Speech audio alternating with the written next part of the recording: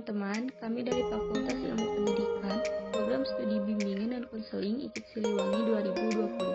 Di sini kami akan mempresentasikan mata kuliah Pengelolaan Pendidikan, bab Pengelolaan Kelas kelompok 3 yang tergabung dari kelas A1 dan A2, yaitu Mai Samsiati, Ariel, Cindy Apriliani, Vera Ikona, Yuliasri, Asti, Hadi Riswanto, Putri Citasya, Rizky Ramdhani, Tiara Maria, dan Maya Nurul.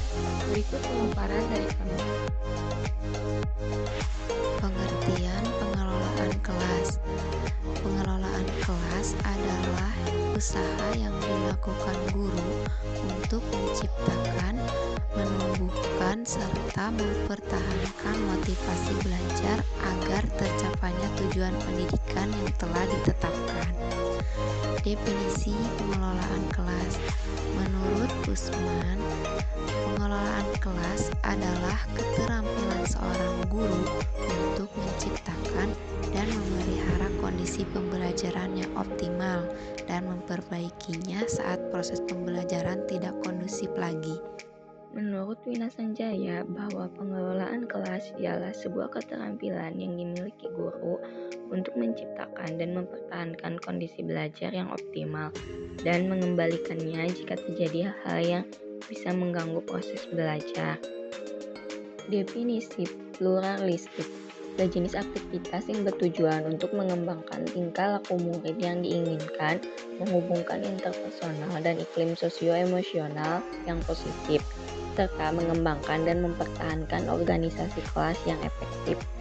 Berdasarkan uraian di atas, maka fungsi pengelolaan kelas sangat mendasar sekali, karena kegiatan guru dalam mengelola kelas meliputi kegiatan mengelola tingkah laku peserta didik dalam kelas, menciptakan iklim sosio-emosional, dan mengelola proses kelompok, sehingga keberhasilan guru dalam menciptakan kondisi yang memungkinkan indikatornya proses belajar mengajar berlangsung secara efektif.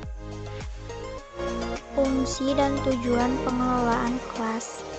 1. Menciptakan lingkungan belajar yang kondusif bagi murid untuk mencapai tujuan pembelajaran yang efektif dan efisien. 2. Tujuannya agar setiap anak di dalam kelas dapat mematuhi peraturan dengan baik sehingga kelas akan menjadi tertib dan efisien.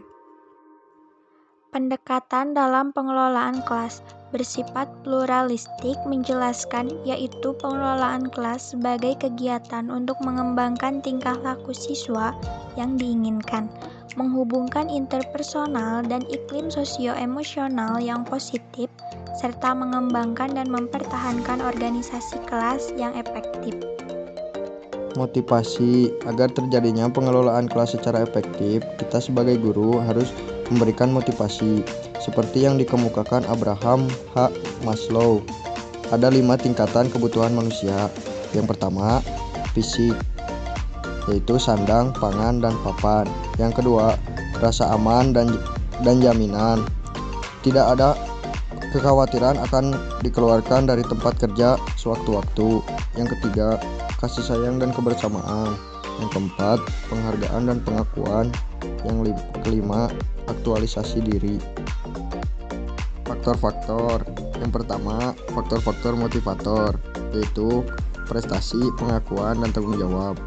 Yang kedua, faktor-faktor hygiene, yaitu kebijakan organisasi, pengawasan, gaji, hubungan interpersonal, dan kondisi kerja. Di sini dijelaskan gaya kepemimpinan.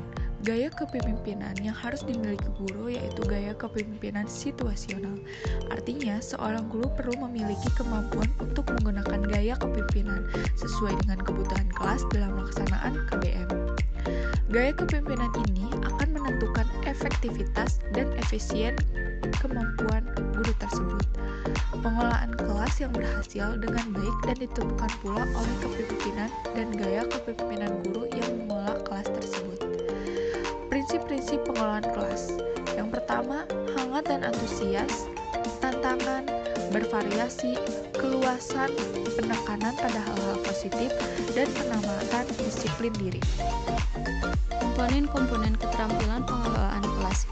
dibagi menjadi dua, yaitu keterampilan yang berhubungan dengan penciptaan dan pemeliharaan kondisi belajar yang optimal atau bersifat preventif. Yang kedua, keterampilan yang berhubungan dengan pengembangan kondisi belajar yang optimal. Pengelolaan kelas yang efektif. Pertama, ketahui secara tepat faktor-faktor yang dapat menunjukkan terciptanya kondisi yang menguntungkan dalam proses belajar mengajar. Yang kedua, dikenal masalah-masalah yang diperkirakan dan biasanya timbul dan dapat merusak situasi belajar mengajar. Yang ketiga, menguasai berbagai pendekatan dalam pengelolaan kelas dan mengetahui kapan menyelesaikan masalah berdasarkan pendekatan. Antara pengolahan kelas dan pengolahan pengajaran. Pengajaran atau instruction mencangkup semua kegiatan yang secara langsung untuk mencapai tujuan-tujuan khusus pengajaran, atau menentukan tingkah laku peserta didik, menyusun rencana pembelajaran, memberi informasi, bertanya, menilai, dan lain sebagainya. Maka pengolahan kelas menunjukkan kepada kegiatan-kegiatan yang menciptakan dan mempertahankan kondisi yang optimal agar terjadinya proses belajar. Pembinaan rapor. Memberikan sanksi kepada siswa yang tidak mematuhi peraturan kelas, memberikan apresiasi bagi siswa yang menyelesaikan tugas yang tepat waktu dan sebagainya. Selanjutnya yaitu masalah pengolahan kelas. Masalah pengolahan kelas dapat dikelompokkan menjadi dua kategori, yaitu masalah individual dan masalah kelompok. Usaha preventif masalah pengelolaan kelas. Tindakan pengelolaan kelas adalah tindakan yang dilakukan oleh guru dalam rangka penyediaan kondisi yang optimal agar proses belajar mengajar berlangsung efektif.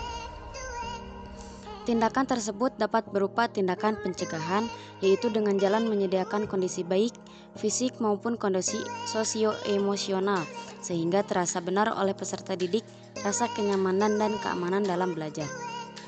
Kelas nyaman dan menyenangkan. Menurut Ahmad 1995-14, syarat-syarat kelas yang baik adalah rapi, bersih, sehat, tidak lembab, cukup cahaya yang meneranginya, sirkulasi udara cukup, perabot keadaan baik, jumlahnya dan ditata dengan rapi. Keterampilan pengelolaan kelas. Untuk menunjang kegiatan belajar mengajar yang mengaktifkan peserta didik, perlu diperhatikan hal-hal sebagai berikut. Yang pertama, aksesibilitas. Peserta didik mudah menjangkau alat dan sumber belajar. Kedua, mobilitas. Peserta didik dan guru mudah bergerak dari satu bagian ke bagian yang lain. Tiga, interaksi. Memudahkan terjadi interaksi antara diri peserta didik maupun antar peserta didik. 4. Variasi kerja peserta didik. Memungkinkan peserta didik bekerja secara perorangan atau berkelompok. Pendekatan-pendekatan dalam pengelolaan kelas. Pertama, pendekatan pengubahan tingkah laku.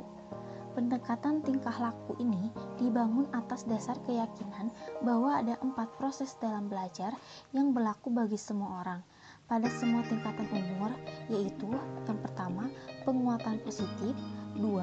Penghukuman, 3. Penghilangan, dan 4. Penguatan negatif. B. Pendekatan iklim sosio-emosional. Beberapa aspek yang menyangkut pengelolaan kelas yaitu 1. Ekspektasi, 2. Kepemimpinan, 3. Kemenarikan, 4. Norma, 5. Komunikasi, 6. Keeratan. Prosedur pengelolaan kelas. Tindakan preventif, tindakan kuratif. Ada 7 karakter peserta didik. Yang pertama, kemampuan, motivasi, perhatian, persepsi, retensi, transfer, dan sikap. Ada juga karakteristik guru. Yang pertama, kompetensi psikologis, kompetensi kognitif, kompetensi afektif, dan kompetensi psikomotor. Menurut James Cooper, 3 pendekatan dalam pengelolaan kelas, yaitu pendekatan modifikasi perilaku, pendekatan sosio-emosional, dan pendekatan proses kelompok. Hambatan dalam pengelolaan kelas. Dalam pelaksanaan pengelolaan kelas akan ditemui berbagai faktor penghambat.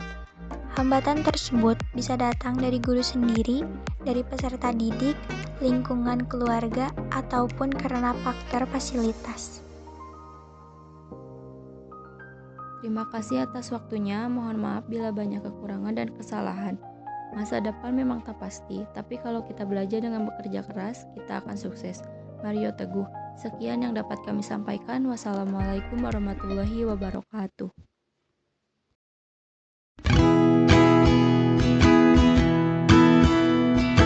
Mengapa memilih kuliah di IKIP Siliwangi? Mengapa?